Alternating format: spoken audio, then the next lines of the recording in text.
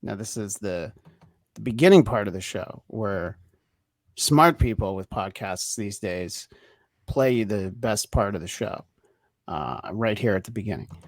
I'm not smart enough to do that, so I I won't be doing that. Instead, I'm just going to play our special intro. This is the Bladtcast, an occasionally fast-paced but usually laborious and ponderous look at the world. Hosted by Christian Blatt. Today we commemorate 10 years of the Bladtcast with special guest Karl Hamburger, the host of Who Are These Podcasts, in an episode that can only be called Who Are These Bladtcasts? I'm Farad Muhammad, and for the past 10 years, I've been asking a similar question. Why are these Bladtcasts? Now sit back and get ready to be entertained by a show that clearly doesn't understand math, where an hour can last 176 minutes. And now, here's Christian Blatt.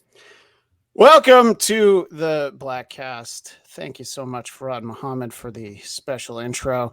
And very excited to be joined by Karl from Who Are These Podcasts. And I really appreciate you taking the time of joining us. Before we dive in, which we will in a moment, I think obviously the show is very large, but for our audience who maybe isn't familiar with it, just take a quick moment and explain who are these podcasts, and that'll probably help understand the premise of this episode we're doing now. Sure. Thanks for having me, Christian. You've been on my show a few times. It's called Who Are These Podcasts? And basically we review other people's podcasts from more of a roast style analysis than anything else. It's an idea that I got from Opie and Anthony. Used to do a segment called Jocktober, where they would play bits from other morning shows and then rip on them mercilessly. So that's kind of what we do on Who Are These Podcasts? Yeah, and just moments that live on, like Scott Shannon talking about the tree that fell on the house from Jocktober, things that live on to this day. Yeah. So, and the fun thing about your show is that some people take it in stride. They think it's kind of fun, and it's probably more fun to you when I don't know. Is it more fun when somebody like really reacts badly and then spends a lot more time talking about you, or would you rather they take it? They kind of laugh it off. It can be more fun when we start a little feud back and forth from time to time with some of these podcasters. Kind of how we got it started with a regular Stuttering John segment, because he did not take it well at all and called us out. And so then we started ripping on him even more. But, I did a review of this show called Topic Time with Harrison Young, and public access show out of the Boston area. And Harrison loved it so much, even though we were ragging on him, but he loved how many views it got. And he had me on his show just recently, and we really hit it off and had a blast. So sometimes that works out well too. Well, we're here to talk about the show that we're actually doing now, the Bladtcast, but I feel like it might actually be worth it because you just mentioned Harrison Young and the fact that you were on his show. Yes. And I was very excited, as you know, because you had talked about it for a little while. And I think that it's one of those things that you kind of need to see it to believe. So the audio audience might not actually quite get what Harrison Young is all about. But I think his intro kind of tells you everything you need to know about his show. And I'll just say real quick, if people are listening, if you go to...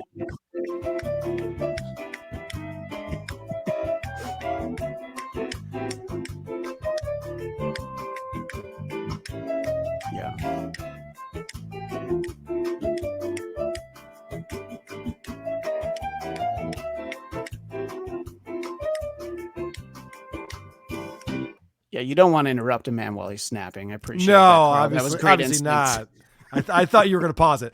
But if you go to YouTube and Google Topic Time Harrison Young, it's worth checking this gentleman out. Yeah. He's interesting. Yeah, and it was great that you got an opportunity to be on with him. And public access is something that, it's like the original podcast. I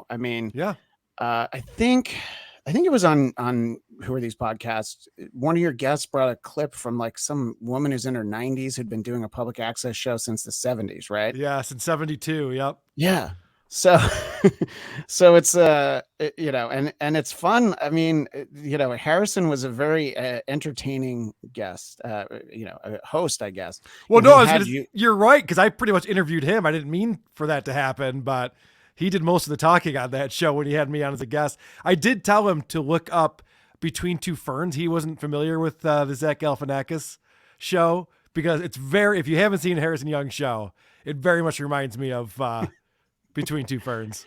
Yeah, exactly. But real. But he's not putting on that. But he's the real guy. Yeah. And he's like a distant cousin of Sarah Silverman. And well, he says that they're actually they have the same grandparents. So it's only like once removed or something like that. But they must not be close, because in the space of like a half second, you got him to say, yeah, she's not that funny anymore. Yeah. That was great. I go, yeah, I don't think she's funny anymore. No, she's too political. It's not funny. I was like, all right. So clearly she wasn't going to be coming on Harrison's show anytime soon. I'm going to assume he made the ask already. If I well, it sounded like you'd rather talk to Jimmy Kimmel, because that's the way he brought it up. He goes, Jimmy Kimmel used to date my cousin. He was more interested in talking to Jimmy. Well, time permitting, we might revisit Harrison Young, but that show is called Topic Time with Harrison Young, and it's one of like 3 public access shows that he does. And if you look for the episode with Karl, and then also the episode with the fake Kardashian, I mean, there's no shortage of great content. And I think this week, Dr. Steve's episode's coming out. I think he recorded it last week. So Dr. Steve of Weird Medicine, who, people, fans of the Opie, Anthony, Jim, Sam universe are very well versed. Actually, even Howard has had Dr. Steve on. That's how good Dr. Steve is. In any case, as Karl would say, today we'll be reviewing a show called the Bladtcast, specifically episode number 1 of the Bladtcast. This was recorded 10 years ago today, the release date of this podcast, January 24th, 2013. Karl, you and I have both listened separately. Now, we've not discussed the content of it beforehand. So you, being the professional that you are, you have come armed with clips that you can play yourself. And I feel like it's only polite for me to let you kind of share your thoughts and dive into this. Now, when I first texted you this idea, you had said that, you liked the idea, you'd be happy to do it. And you said something along the lines of, I feel like your first show was probably pretty close to perfect, but maybe we can goof on it anyway. Me listening back to it, I don't know how you feel about listening to yourself. It felt pretty far from perfect at times. So much so that when there was a good joke, I was like, oh, good for me. I actually found one, You'll have to play that for me. I didn't find that. Yeah. Also, I like that you're using the word show. You're using that term very loosely out here. It just sounded like you having a conversation with your buddies, but... Yeah, well, and then, of course, my least favorite part of the show is where just I'm talking. And there's also the which is essentially what the show still is. 10 years later is me talking to people and sneaking some interviews in. But what this was obviously your first time taking in a Bladtcast. What did you think of episode 1 from 10 years ago? All right, so the way it starts off, you have to wonder why you'd even want to start a podcast, because you have zero confidence in yourself. You seem to not even want to be there. You can't figure out why anyone else would want to be there. Also true. And this is how the show starts off. Oh, yes. Welcome, my friends, to the show that never starts. This is Bladtcast, or lack of a better name, which is the official full title of this little audio experiment. Get confident, stupid. Now, first off, the joke that you had out of the gate there, the show that never starts, didn't make any sense, because it started right up. It's not like you had Shine On You Crazy Diamond as your theme music. Then you'd be like, wow, the show never gets around to starting. Emerson, Lake and Palmer, Yeah, right. No, it was just the sweater song for, I don't know, 10 seconds, and you're right in. For again, and the fact that the beginning of the sweater song, also known as Undone, is the interstitial. I'm actually not going to take blame for that. That was me not being specific to our engineer. I made the people on the radio show stick around and record the show with me afterwards. And the lack of confidence was that was probably the most painful part. Jokes that didn't land, awkward fills of silence, just the fact that I'm like, yeah, I very much wanted to do it. And I think you'll appreciate, I've explained this before, when I decided like, oh, I think I could probably do a podcast. You and I both obviously grew up fans of the Howard Stern show. By no means did I ever think that, this is 2014. I think a Howard quality show in 2023, we could probably pull that off. But a 2014 Howard show, I didn't have that in me. But there's that whole channel built around, Stern Fan Roundtable, the wrap-up show. And I'm like, I can do a show at least as good as the wrap-up show. So the idea was, all right, well, we'll do this. We'll talk about the radio show, which you'll notice we almost don't talk about the radio show at all. And we kind of stick to that. The only smart thing I did is I started having on as guests regular callers and posters to the message boards to try and get people to listen.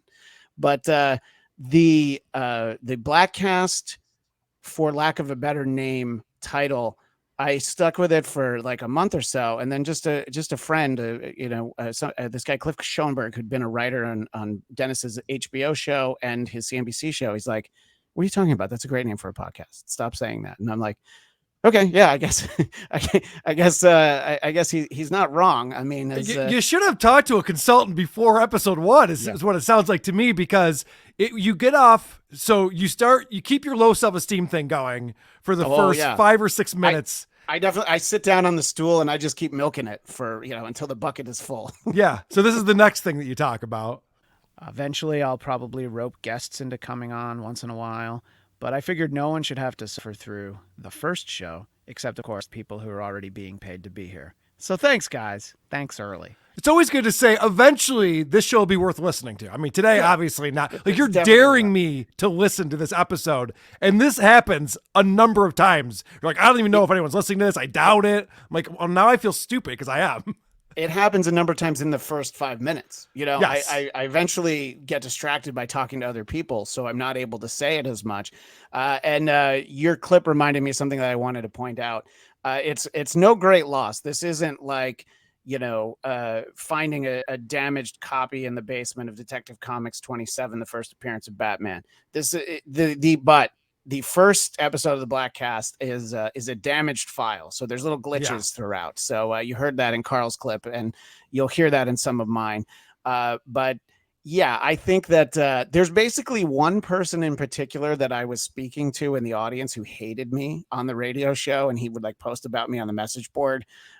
So I was kind of like speaking to him, which is not really good broadcasting. Oh, actually, that's a good segue into my next clip, which Perfect. I call insecurity theater. I will warn any of you who've already gotten these few minutes in. If you already don't like me on the show, this is definitely not going to win you over. If you think that there's too much of me and not enough Dennis on the show, this is definitely going to annoy you, because there'll be no Dennis on this. You sound like me right after I get done reading my show's subreddit. Like, I just feel so defeated. Nobody likes anything I do. What's the point of it all? That's not when I hit the record button. Yeah, no, exactly. It's like it's like all in my head. We talked about Howard Stern a minute ago. That Stern Fan Network really did turn into people just talking about how much they hate the show, and he would of course read it.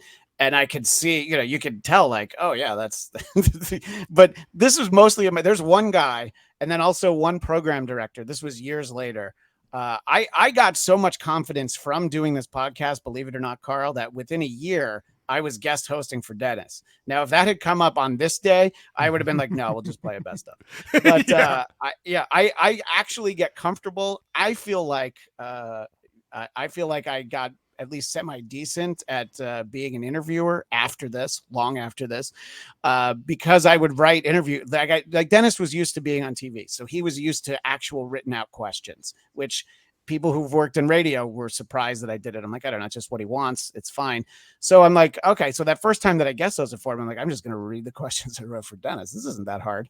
But Yeah, there's not a lot of I'm not I don't know, I'm not oozing with anything really here. I'm not oozing with You confidence. don't seem like you have, you don't really have much of a strategy going into this. I would think you'd have some notes written down. Hey, this is the first episode of the Bladtcast. We're going to be talking to my buddies, the guys behind the scene. We'll be talking about what's going on at the Dennis Miller Show, whatever, something. Instead of just like, yeah, this is probably going to suck. If you don't like me, I get it.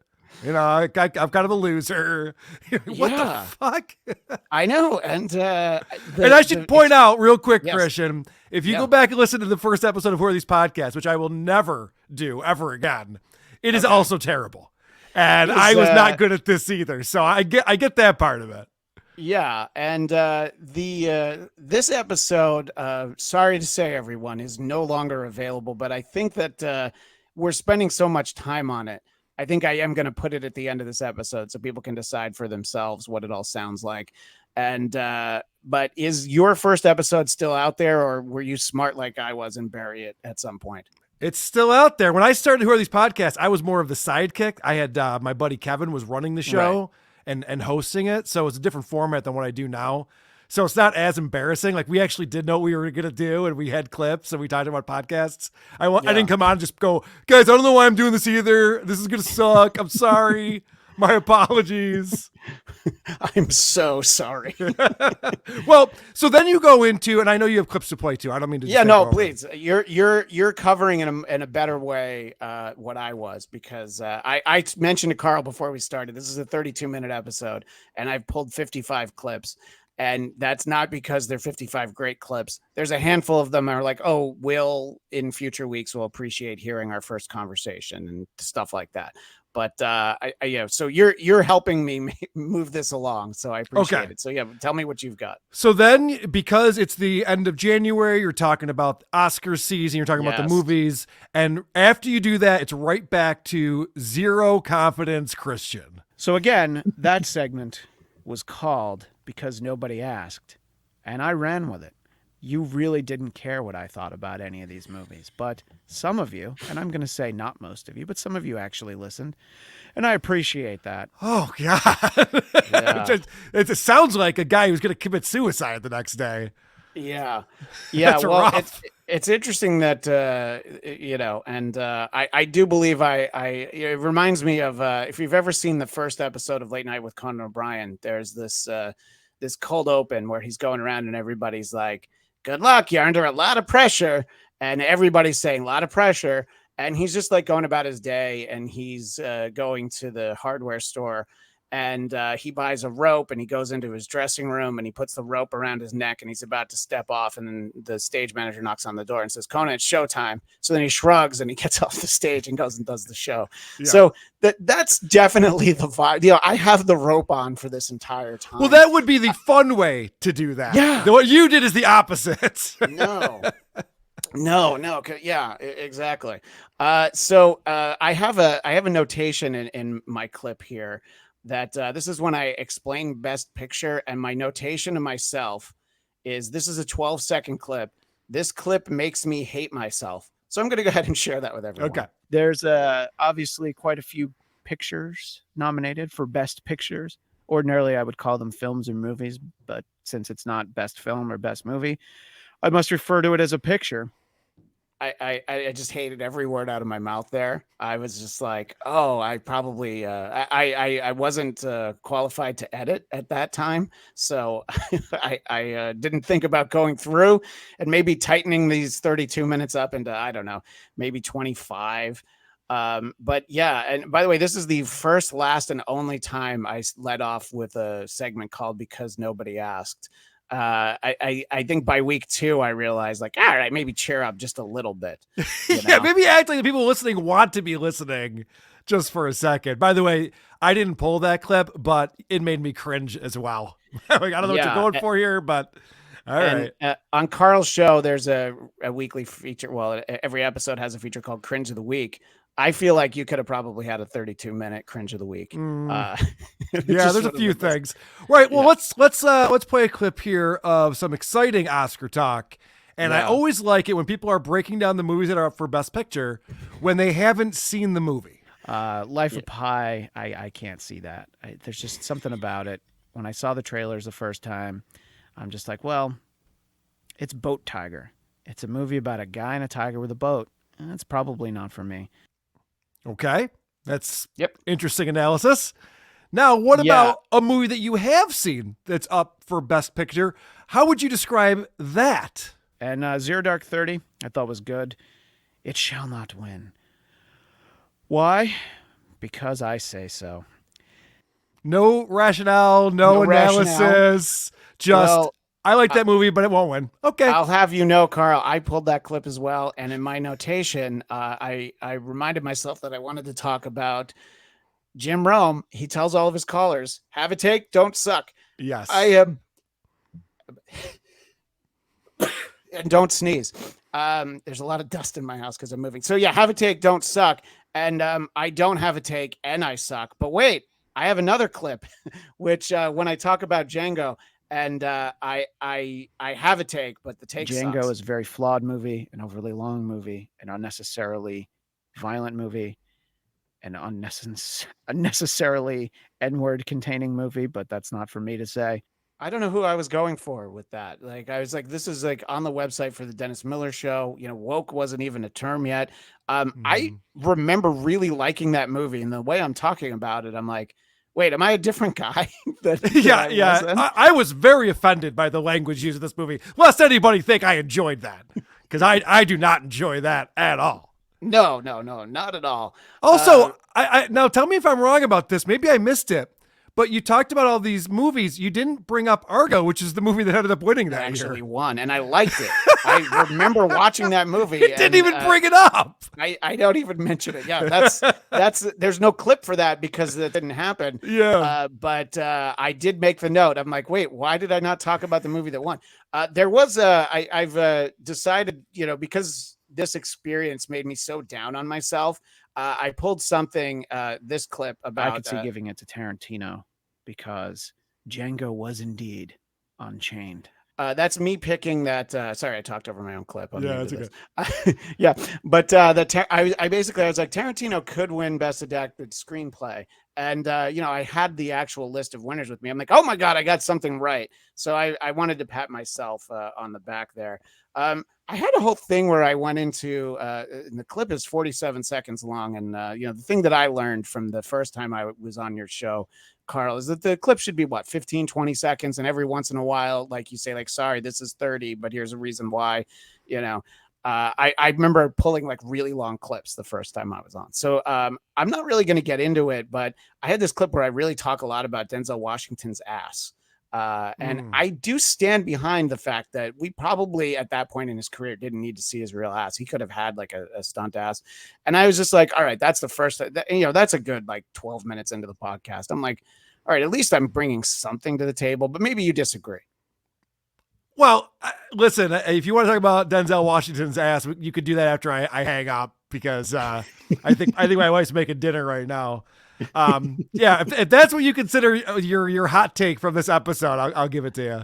You know, they were very slim pickings. And then so you already played the way that segment ended, and I don't know. I mean, I think that if I was trying to make a podcast that people would want to listen to, I would have started with, you know, having like all the guys on with me at once and then gone and done the individual segments, which is what I ended up doing. Oh, no. You want to put the listener to sleep and also dare them to listen to the rest of the show. You definitely did it the right way. This is the perfect format. No, look, I think you've heard, you've aired a number of podcasts on your show that I think that they definitely set out, you know, this is basically my Tom Myers monologue, you know, where it's just like, put the bad stuff up front.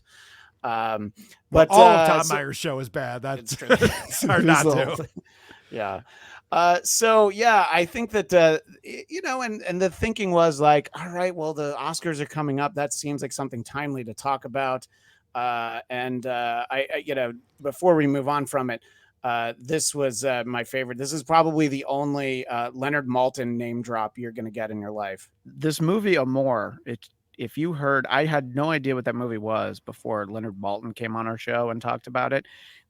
I feel like I'm trying to sound impressive. And that made me, there's so many times that I wanted to hate myself when I was listening to this. I'm like, all right, Leonard Maltin, I could have Leonard Maltin on this show today. If you just call him and he'll be like, sure, I'd love to talk about movies.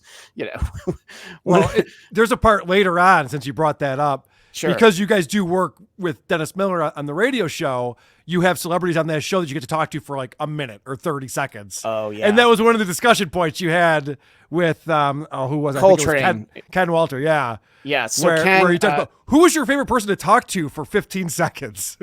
and the answer, I believe, is Tom Hanks. Right. Because Tom Hanks is a great, hey, Tom, just hang on. We're going to be back from commercial in about 3 minutes. Okay. So that was probably the best of those interactions was Tom Hanks. So pretty impressive stuff. Yeah, no, I know. And so Ken got to talk to Tony Francona that morning. Terry Francona. I think he has his name right. Yeah. But all right. So we moved on from the exciting Oscars talk. And, Carl, I think you probably heard that. And you're like, well, I can see how this has gone on for 10 years. Obviously, you laid the groundwork for a show that people are going to continue to want to download and be like, I'm going to spend a decade with this. Right. What were some other observations? All right, so then you get into the next segment, which is Nerd Talk. Yep. And one of the things you do, and I think I have an example of this, is you say, okay, we're going to be back in just a moment. Did you think you were going to have commercials at some point? Did you think sponsors were knocking on the door? We'll be back after this. And then you play 5 seconds of Weezer, and then, hey, we're back. Yeah. BetterHelp didn't exist then, so I wasn't able to solicit for them. No, so that was me just trying to create less work for the engineer because I felt bad enough as it was. So that was for somebody to come into the studio, but then we ended up editing anyway. So, it was me not understanding how radio works. I thought you wanted to sound like a radio show because there's a guy that we've highlighted a number of times named Patrick Michael. The most prolific of course. Patty Seacups, yes. The most prolific podcaster ever. He's hosted over 100 different shows. And what he likes to do is he likes to all right, we'll be back after this. Then he'll have the music come up a little bit and then he'll go back down again. He's just pretending to do a show. It's kind of fun. Yeah, no. And I mean, embarrassing, but yeah, it's incredibly embarrassing. And all right. I did that for a while just as a way to sort of, delineate between segments.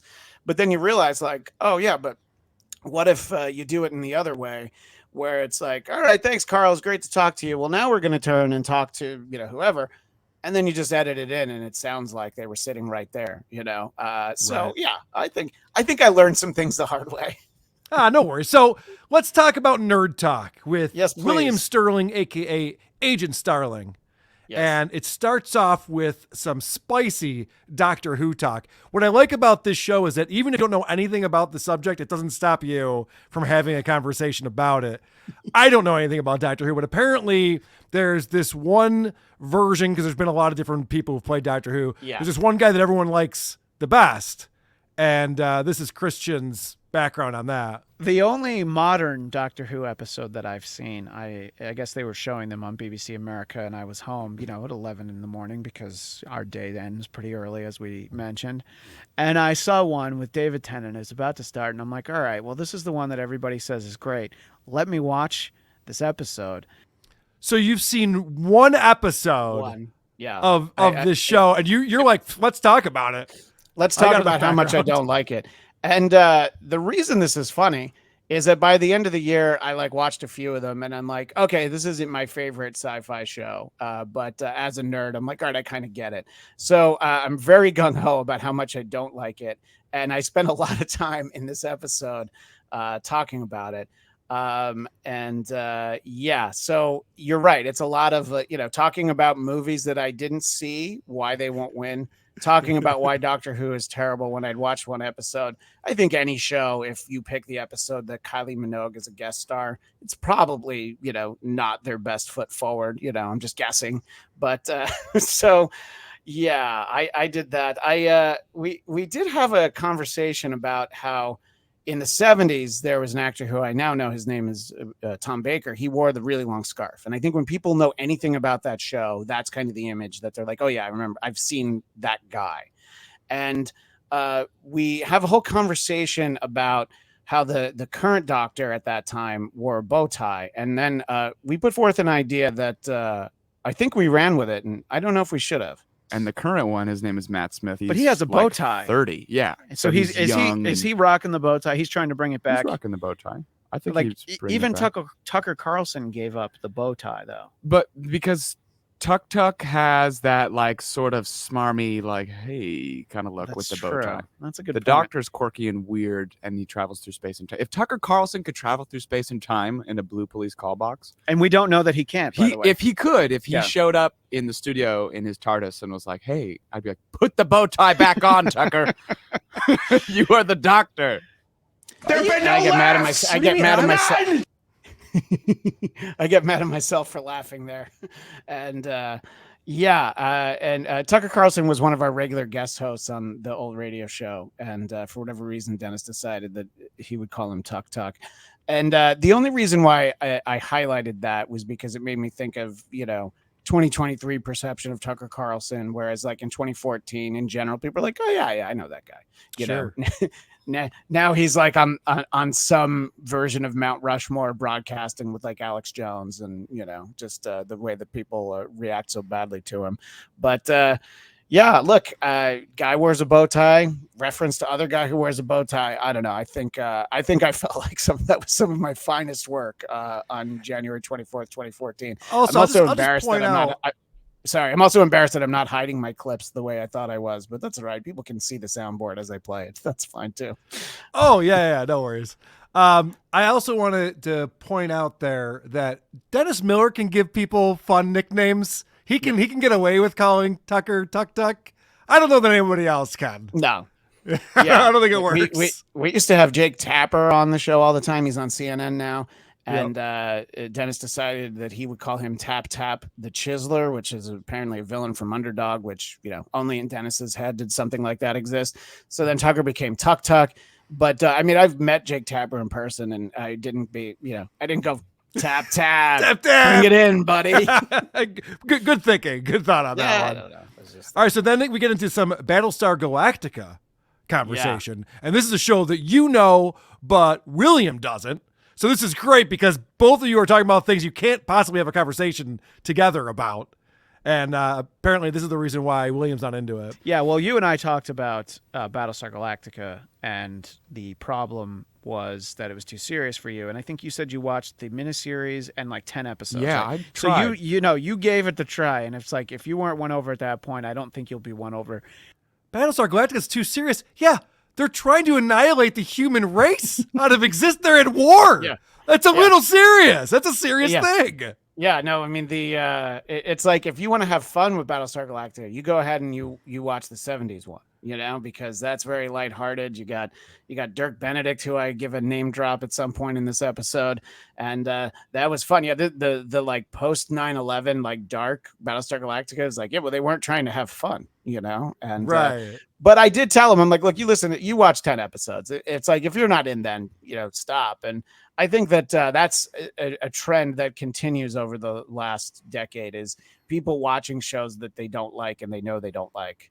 And I don't know. I have two small kids, so I don't even have time to watch the shows I like. So right. I don't blame Will for not deciding, like, let me go to Battlestar Galactica episode 11. But there's a lot of talk about stuff that we don't know. And I want to transition to our Guy Talk segment, which a segment that is eventually renamed. It's eventually renamed Coltrane's Corner because he wanted to get his name into it, and that's how people know that segment. I felt like I have a really hot take on the way playoffs work in two of the major leagues out there. Carl, I don't know. You probably can't dispute with what I have to say here. The NHL, as long as there's good teams in it, it can be exciting. The NBA finals, it really depends, or not even the finals, but the playoffs. It really depends on who gets into it. So yeah, if good teams are in the playoffs in a sport, the games tend to be better. And Carl, you probably didn't know that, but when you woke up this morning, it's weird because a lot of times the good teams are the ones that make it to the playoffs. And eventually the finals. Yeah. It's weird how that happens. As we're recording this, your Bills beat the Dolphins. The Giants beat the Vikings. There's very exciting things that happen. If a bad team had played one of those teams, you'd be like, oh, cool, that's great. I don't know if I need to watch. There was I guess it's tough though, because I was going to make a point, and then I'm like, wait, there was that. There's the game that the Chargers blew over the same weekend where they were up 27-0. So you know what? There is no real point to make from it. But again, that's something I'm like, if I listen back to the episode, I'd be like, I don't think I said anything there. Maybe I should take that out. I'll tell you this, though, since you brought that up. Tampa Bay should not have been a playoff team. That division is so bad, somebody had to win it. And they proved that last night by getting totally destroyed by the Cowboys. They played as well as the Cowboys kicker, their entire team. Right, exactly. The Cowboys can't get an extra point, but it didn't matter. Did not matter at all for the point spread. Yeah, so now you guys are talking sports. So you got Coltrane on there. He's the guy talk, sports talk He's guy. He's the guyest guy around. Yep. Yeah, we're going to talk about sports. And of course, he's from the Boston area. So he's a Patriots fan, and the Patriots had just lost. And he says this. First question, are you going to watch the Super Bowl? In fact, I will not be watching the Super Bowl. I will find something other than that to do. Okay, well then maybe this shouldn't be the guy on the sports talk segment. If he's not going to watch the biggest sporting event of the year, I don't care if your team lost or not. You have to watch the Super Bowl. Everybody watches the Super Bowl. Yeah, and I feel like the only people that have ever made that declaration of like, well, I'm not going to watch, were Patriot fans, because they would be in every few years and they're like, no, I'm not going to go. When I was really little, my parents didn't really follow sports, so that would be the night like, we'll go to the movies and we'll go out to dinner and there's going to be nobody out. But then I was at school and I'm like, oh wait, everybody's talking about that thing that they watched and I didn't see it. And if you didn't see the commercials on Super Bowl Sunday when we were kids, it's not like you saw them again. Right? They that were on Apple YouTube. Commercial, it literally aired once. The 1984 commercial. So and fun fact, more for our Bladtcast audience, but this might help you understand our friend Ken Walter, aka Coltrane. By the way, Dennis nicknamed him Coltrane because of there's a line that Gene Hackman has in Royal Tenenbaums. There's a black gentleman, and he says, "You doing my wife, Coltrane?" So he decided that Ken, who is black, his name would be Coltrane, and it all makes sense. And in 2023, that might be problematic. But in 2014, everything was great, Carl.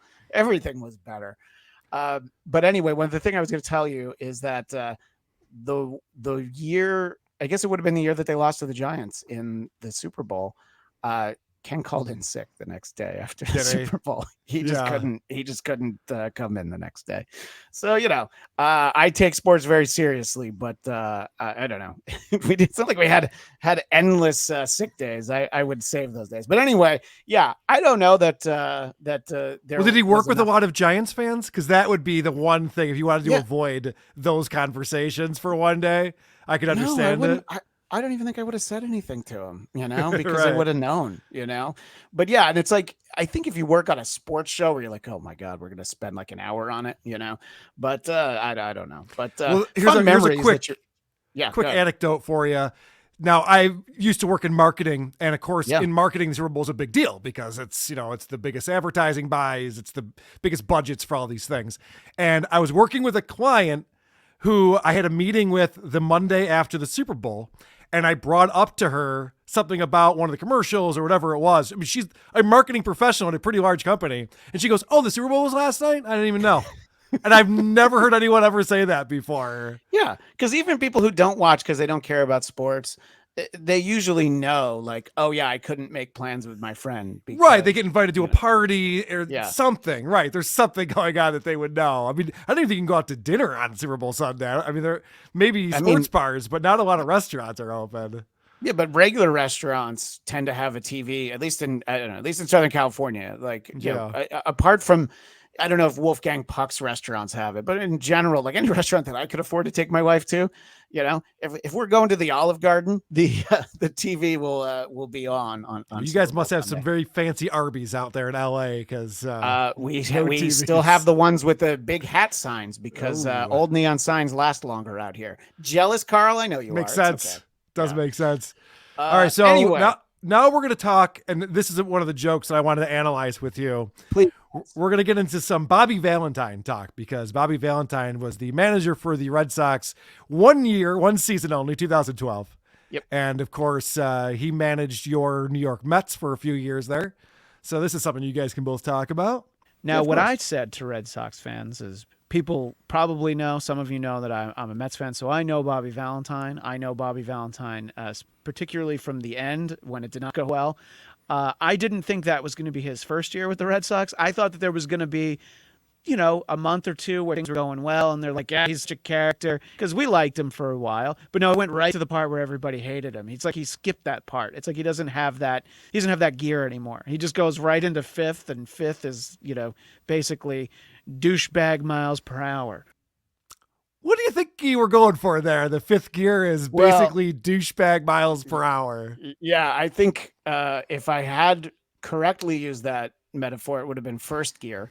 But also, Carl, you heard how many glitches there were in that clip. I think that's the only reason I sound so stupid there. I think, we probably pulled out the words that made that make sense. Yeah. If you hadn't got in and doctored that clip, I think I had a really good point of, Bobby Valentine's a good manager when your team's winning, but you don't want him around when they're not. I don't know. Maybe I could have said that, but I did. I think I liked the phrase douchebag miles per hour, but I'm like, but it also is like, I think I'm just trying to stop a sentence so the next person can talk, which, as you know, is what you want to do in any kind of broadcasting. You want to just be like, I'm going to stop talking so the other person can talk.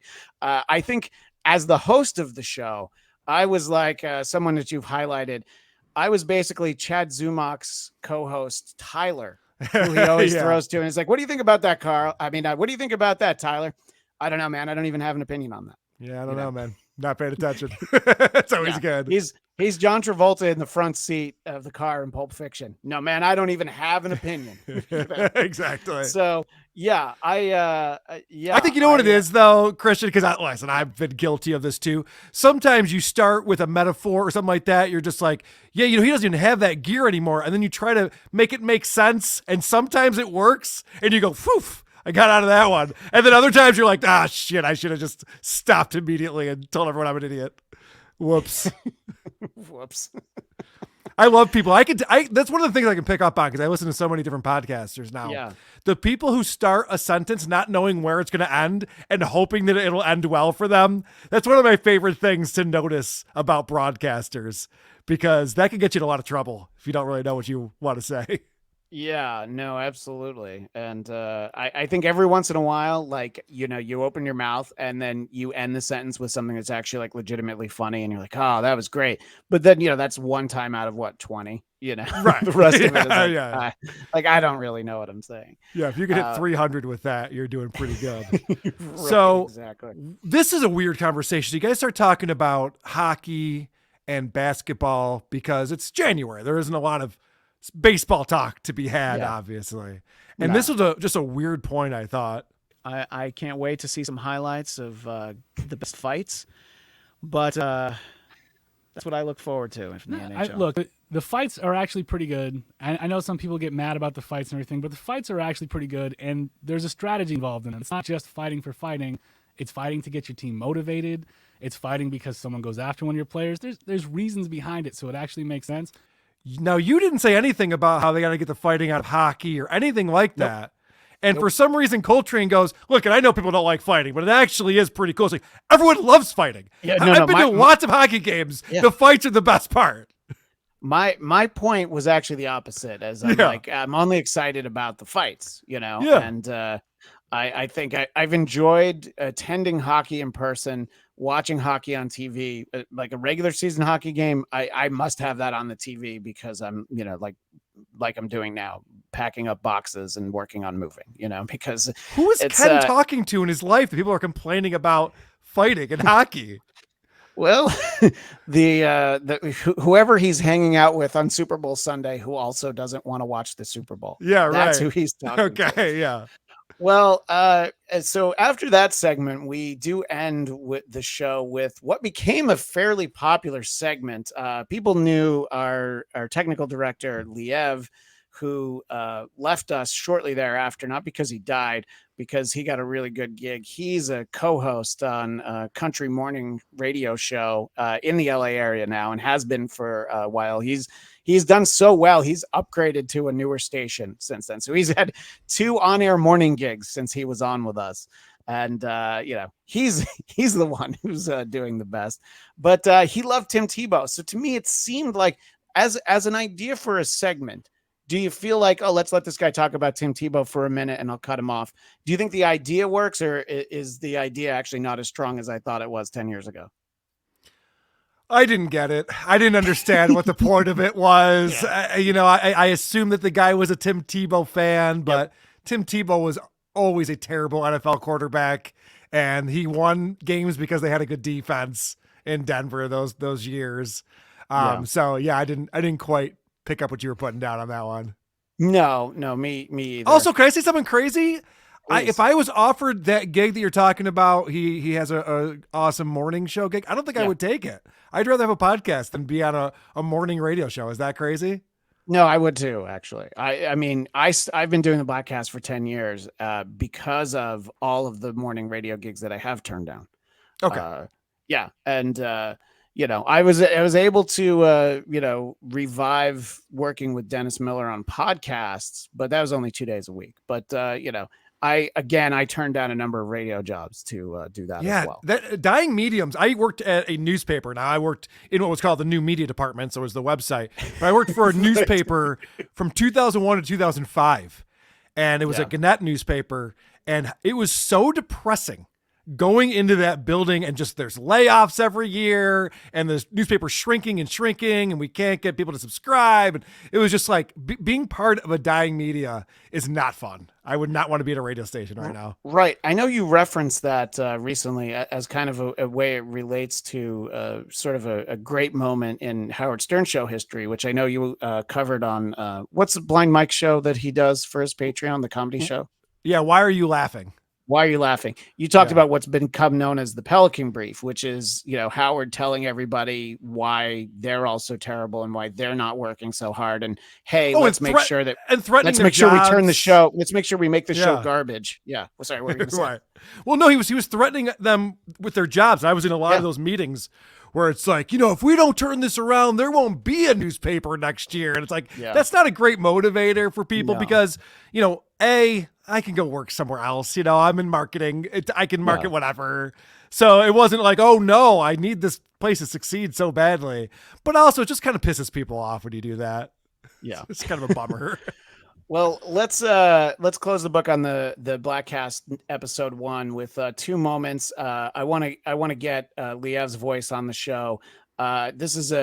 This is kind of him having the laugh of the episode. We're doing the antithesis of guy talk, because you're going to rant and rave for exactly 60 seconds about how much you love What does anesthesia mean? So him not understanding big words, I think that's what people came to the show for. And I was just like, all right, good for him. He knew his role was to be like, I for some reason I said antithesis, and he's like, yeah, I don't know what that is. So I wanted to get him into this clips package. And Carl, I'm going to play the ending of this episode 1. And you tell me if I do a good job convincing people to subscribe and listen to episode 2. And this has also been the first ever Bladtcast, for lack of a better name, podcast. See you guys next time.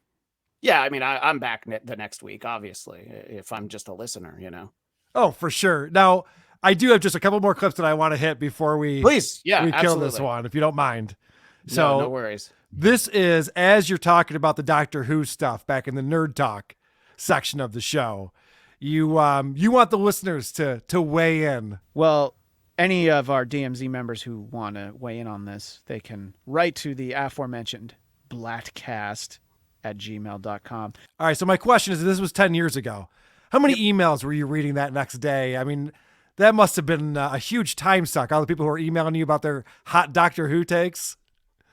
Yeah, one guy ended up being on the show. This guy, Rob Lorich, who was a regular, a very funny guy, does an amazing Craig Gass level Gene Simmons impression. So he got in touch with me. So then he and Will talked about Doctor Who, and I just basically sat back. It was I had the over under at 0.5 emails coming in. So it one. was the over. All right, good. I won the over. In that All right, good for you. That's impressive. And then there was this fun little segment. It sounds like you guys rehearsed this. So that's what I'm personally looking forward to. But together, you, myself, and the other guys on the show, what movie are we collectively looking forward to? Pain and Gain. Yes, nailed it. Yeah. We did spend the first 3 months of the show talking about how excited we were for Pain and Gain for 3 months, but yeah, we did rehearse it, and clearly the rehearsal time paid off. Yeah. Which, by the way, I remember Mark Wahlberg, The Rock. I remember Pain and Gain being amazing, but maybe I'm wrong.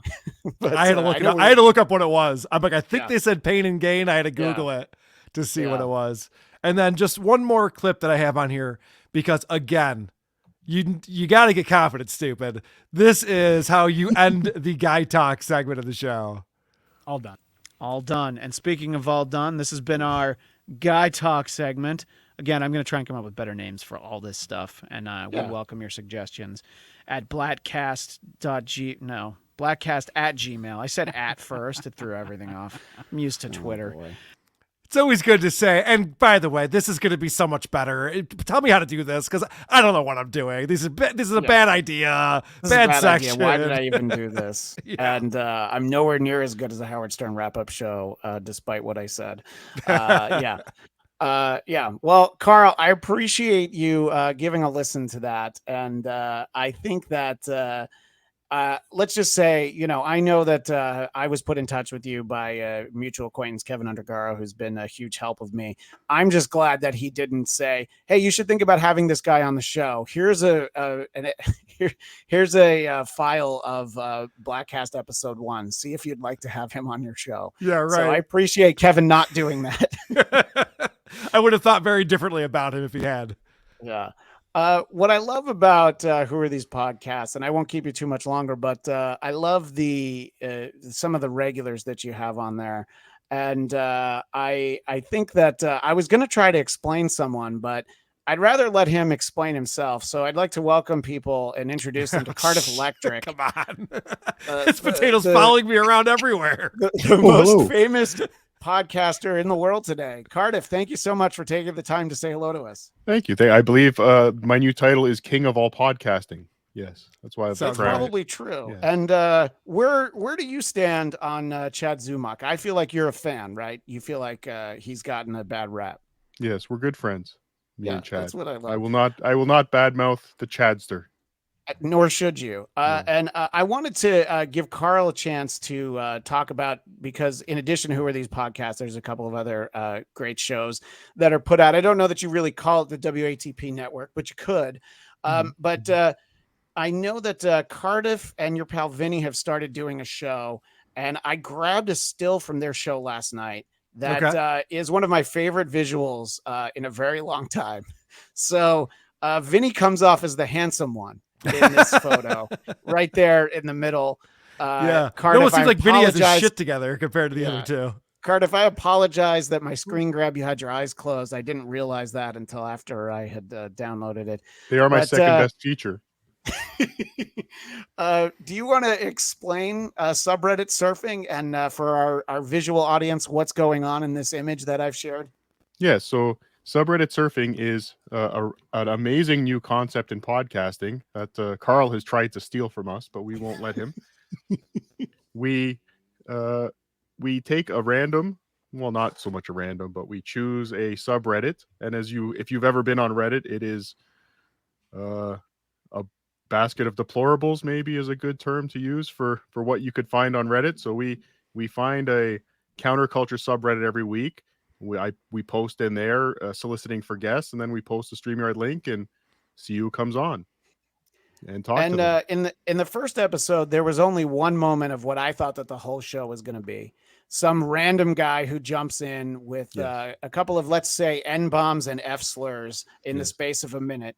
And you wisely knew to pull the plug on that guy. I honestly thought it was going to be an hour of people doing that. I recognized Carl's voice immediately. Yeah, I don't spend a lot of time in the meth subreddit, which is where you found found that subject. Not yet, Carl, but 2023 is a new year. That's right, buddy. Yes. That initial episode, some of the trolls did find the post quickly, and I had to filter them out. Yeah. So how did you had to filter them what? Yeah. Out. A boat? Out. You had to filter them a boot? Okay. By the way, when I messaged Cardiff to ask him if he had time to pop on for a few minutes, I made sure to let him know in Minnesota time because I wanted to make sure that I did the conversion properly. And I'm still recovering from the big Vikings loss. Yes. Yes, to my Giants. And if you missed out on some scintillating sports talk from Bladtcast episode 1 from 10 years ago, Cardiff. How did so Cardiff is responsible for some truly entertaining games that are played at the end of every episode of Who Are These Podcasts? And what I don't know is, Carl, how did Cardiff first become on your radar? And when did you decide I'm going to turn over a sizable portion of my show to him every week?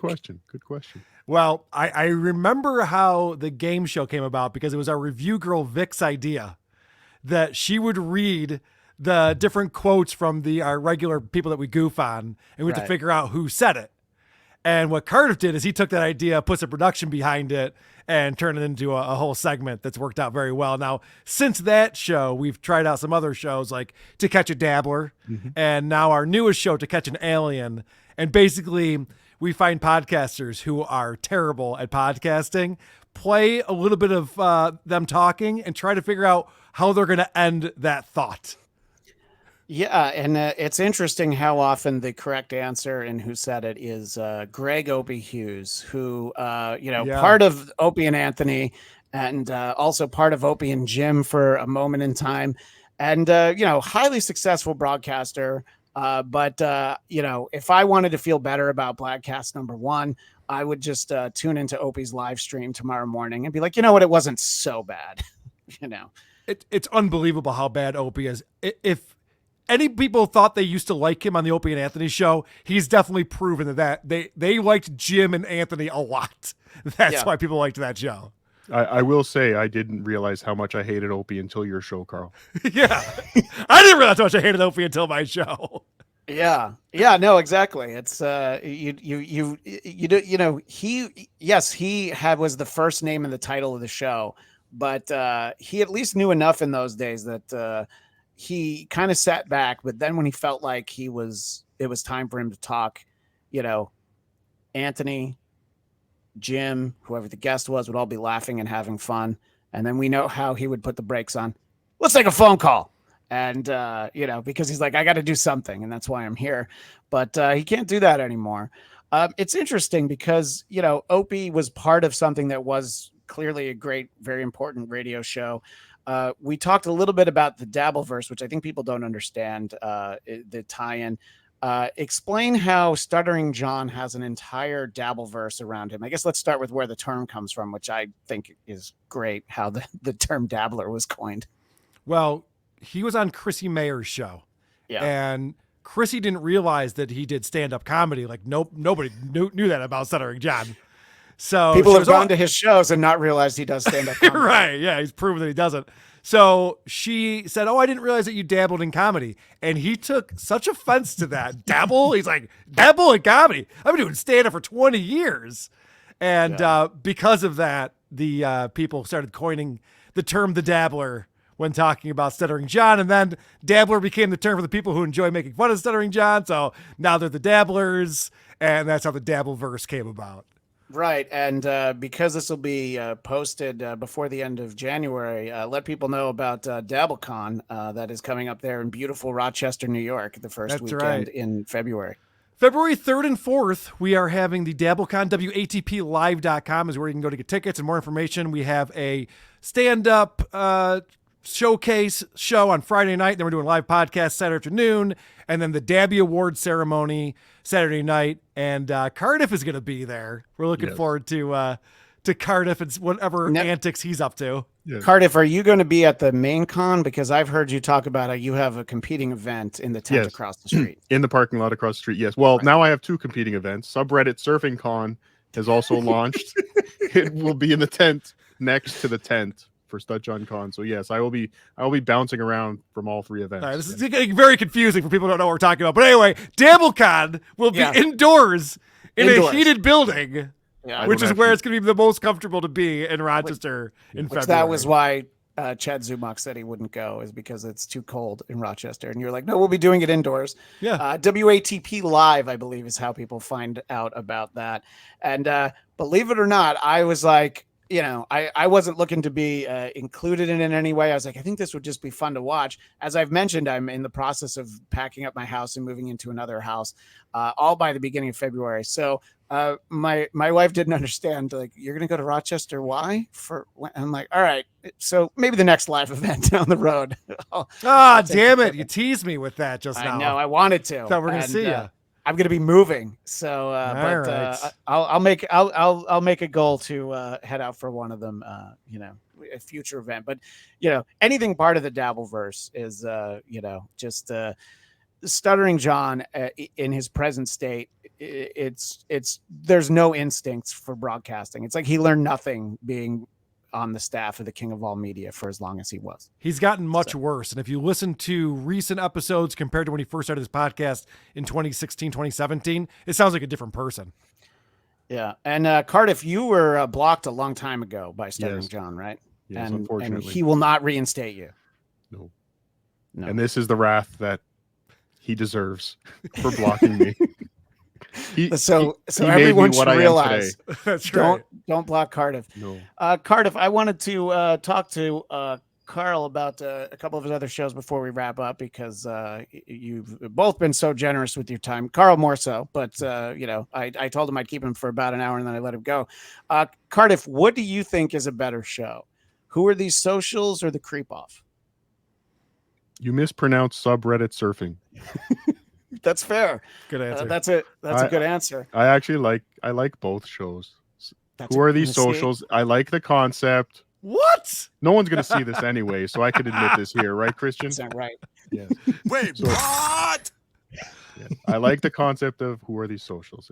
It's a work in progress, though, much like I will admit subreddit surfing has some work to do.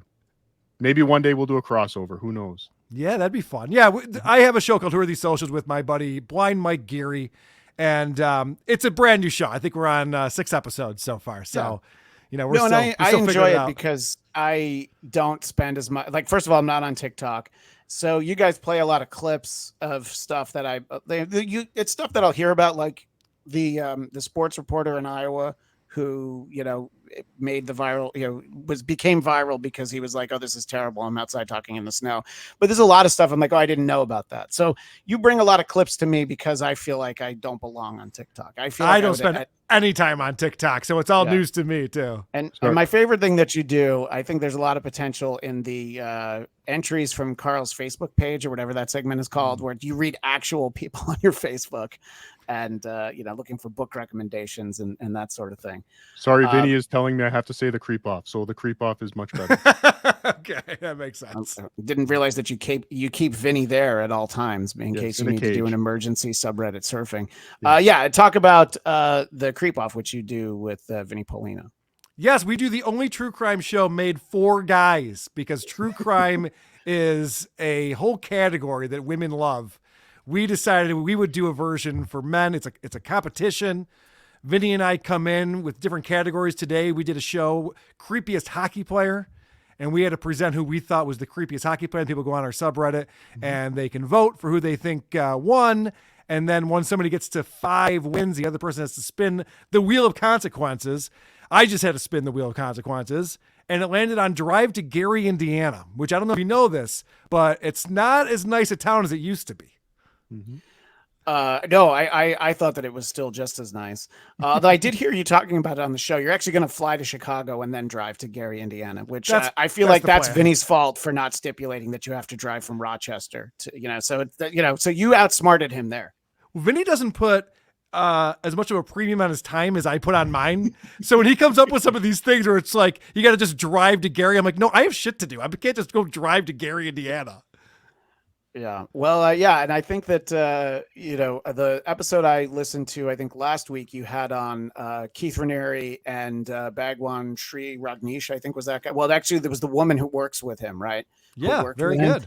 And I'm like, oh, those are like two documentaries that I actually watched. And I remember those. And I was like, oh, yeah, those are some real creeps. Cardiff, who do you think is the biggest creep in the world today? Definitely not Patrick Kane. No, you're not voting for Patrick Kane? No, I am not. Okay. Yeah. That's who I brought today as my biggest creep. Well, I appreciate both of you taking the time. Karl, I thought that this would be a fun way to celebrate 10 years of the Bladtcast. And it sounds like when you get to 10 years of Who Are These Podcasts, you will not be analyzing your first episode because it would be too painful for you to listen to. And I think that this experience probably reinforces that for yourself, you know. Frankly, it's a little bit weird to goof on the show with the host of the show. So it's been a little different than usual. Yeah, I know, because I feel like it could have been worse, but I tell you, anything that was in your head, that was like 10 times worse in my head listening to myself back. Oh, I believe it. I believe it. I would have been much more brutal if you weren't staring at me, though. That's for sure. Yeah. Well, you know what? I think that would have been too much, you know, but yeah. That's all right. Well, I appreciate when you've had me on Who Are These Podcasts. I've actually found another show that I'll tell you about that I don't think you've done yet. That a show I'll tell you about off air, but it's the rare show where they have really good guests, but the hosts are so bad that the show is still terrible. And a lot of times a good guest can really prop up a show. You know what I'm talking about, Cardiff, right? Oh, absolutely, absolutely. Cardiff, let's start with your plugs. Where can people find you, and what else would you like people to know about Cardiff Electric? Just we were in a desperate attempt to get the Subreddit Surfing YouTube channel up and running. So everyone subscribe to the Subreddit Surfing YouTube channel. Live shows will be on my YouTube channel until we can get that one up and monetized for live streams. Yes. And what's your Patreon, Cardiff? Patreon.com/Cardiff Electric. I listened to an episode you did about a year and change ago with a mutual friend, Eric Nagel, and I really enjoyed your conversation with him because he had absolutely no idea what to make of you. Yes. And I think that made it that much more fun.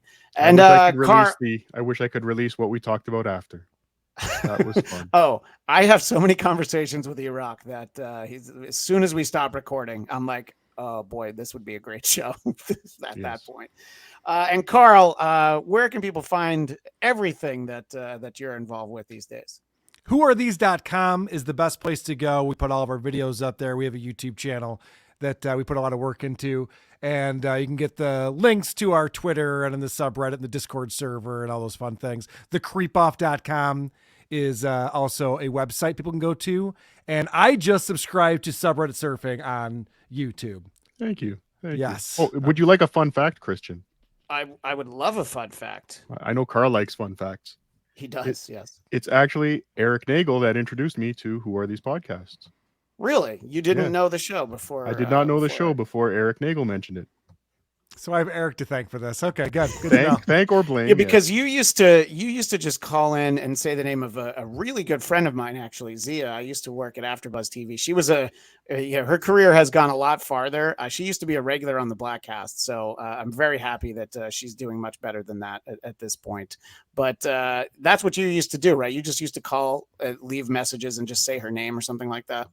I did a little more than that, but I think that's the way you want to remember it. Sure. And you also liked Giddles as well. Giddles. I think we're all big fans of everyone over there at It's Eric Nagel. But this is the Bladtcast. This is 10 years of the Bladtcast, and I think what I would have said 10 years ago is I don't know why you would tune in next week. I don't know why you've been tuning in for 10 years, but thank you.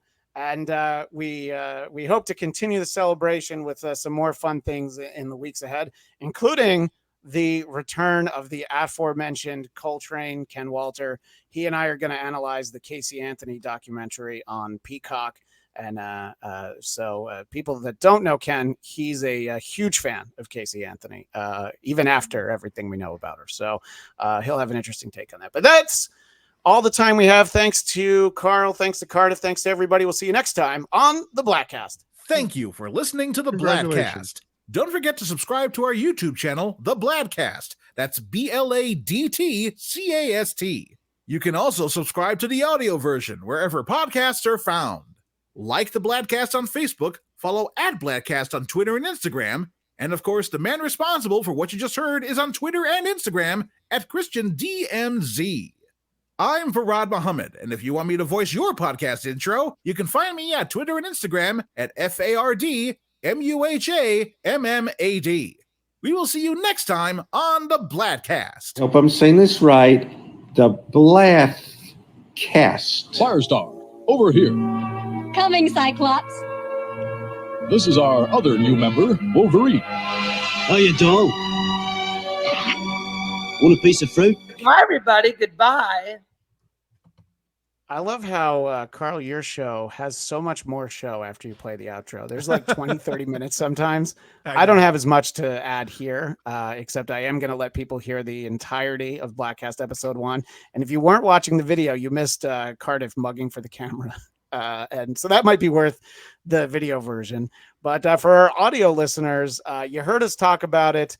Strap yourselves in and get ready for Bladtcast episode number 1.